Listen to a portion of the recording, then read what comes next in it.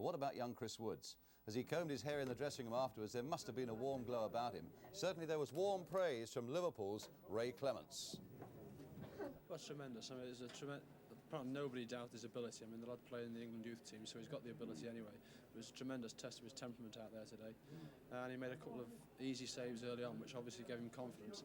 And then he went on from there, and he held virtually everything. In fact, he only dropped one ball, and he got away with that. Kenny got onto it quick, but he managed to get down and smother it out for a corner. So, full of praise for the lad. You know, just hope he doesn't play out that on Wednesday. No. You thought before the game, you told us you thought he might freeze. There was absolutely no sign of that, is it? Well, obviously he did a lot better than I did in my first cup final, because I did freeze, and there was no signs of that whatsoever. So it was a big day for Chris, and like I said beforehand, you know, he's got nothing to prove. He's just got to go out and play and enjoy it. But he certainly proved a point today. You know what a great goalkeeper he is likely to be. What was it about him that most impressed you? Confidence, I think. You know, he made some very good saves on the floor, but you know, he came and took a couple of balls in the air, which you know, I felt was the making of what goalkeeping's all about, and I think he showed there in those two instances real assurance and confidence. He did really well, and Wembley's not the best place to come as a youngster. And that, I mean, I know at my age now I'm a bit, but as I say, he did tremendously well. Well, I thought I would be, you know, a little bit nervous, more nervous than what I was, but when I got out there, when we went out for a walk, I felt, you know, with all the other players around me, it was, you know, a really tremendous feeling. And then when we went out, I was just looking forward to it, that was all. Yeah. Because you made some good saves, didn't you? Which pleased you most of all? I think the one that pushed past the post. I was lucky with the other one that, you know, rebounded out. I just see him kept coming in. I didn't think. Yeah, well, the one that you half saved, I think, was from Ray Kennedy. Yeah. And you just got there before Kenny Dalglish. That's right. Yeah. Really smashed it against me wrist. Did he? Yeah. Yeah. But there was a tremendous save from Emlyn Hughes that you made when you went across the face of the goal. Can't say you've forgotten that. I don't know. I can't think of it actually. Does it in fact, does the whole Wembley experience become a bit of a blur as it goes on, or what? What were you conscious of out there? A lot of noise, or? I was trying to put the noise, you know, out of my mind. Really, it's just concentrate on playing in the game.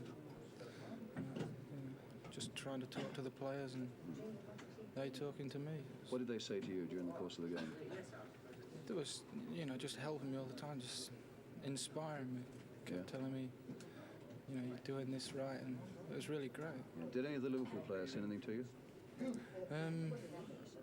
Not many of them. You know, they all says, you know, good luck before the match. But, did they? Yeah. Did they? Ray Clements, he was great. He shook my hands, like, and I know him because he knows, you know, John Middleton. Yes, who used to be a Nottingham Forest keeper. Yeah. And may I ask you what Brian Clough said to you at the end of the game? He says, you know, congratulations, well played. Did he? Yeah. Yeah. And you got your whole family here, hadn't you? Yes, yeah. Somewhere, I couldn't find somewhere. them. No, but they saw you all right. Yeah. Lovely. I hope so. This must go down as the greatest day in your football career so far, Chris. Oh, it is, by a long, long way. Yeah. Thoroughly enjoyed it. But yesterday's goalless draw was not down simply to Chris Woods, because at the other end, that superb technician Ray Clements brought off a brilliant save in the dying moments of normal time. From Tony Woodcock, we see it from behind Ray's goal here. And really, it denied Forest a victory. They never seemed likely to get Ray Clements.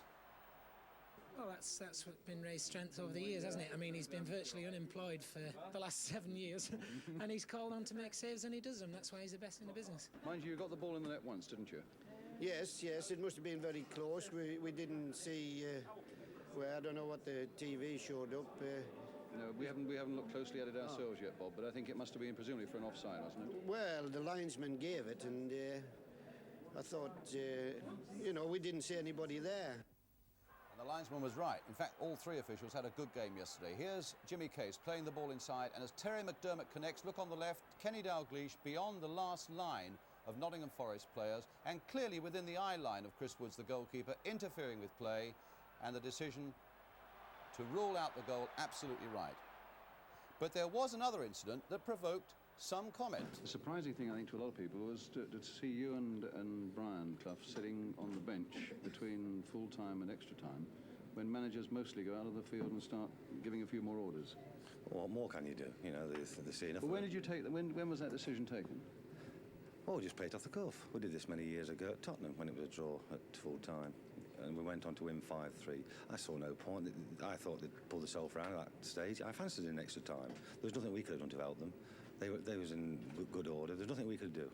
Otherwise, we would have gone on. How did you keep them calm down? So, I mean, presumably a lot of work must have gone on before the game to make sure they didn't freeze on the day. Well, we've been talking about it now for the last 10 days. You know, all the work's been done over the last 10 days. I thought the crunch match and the tension match was the semi-final against Leeds. I think that drained us of all we had, as you might say. Today was a bonus for us. We really enjoyed today, and that's the way we came into this match, to enjoy it. I must say, seeing you squirming on the bench, you didn't seem to be enjoying it that much. I was cold, and I didn't like Brian's language. He's getting a bit worked up again, was he? Just a little, but overall, you know, he's delighted. And so we all are. You confident about the replay? Well, we're always confident. We don't always win, but we're always confident. The match was there for them to take and win, and they didn't. And we go Wednesday with another opportunity, and I fancy us strongly. We had so much of the game today and we've got nothing out of it, and now the fear is trying to get going again for Wednesday.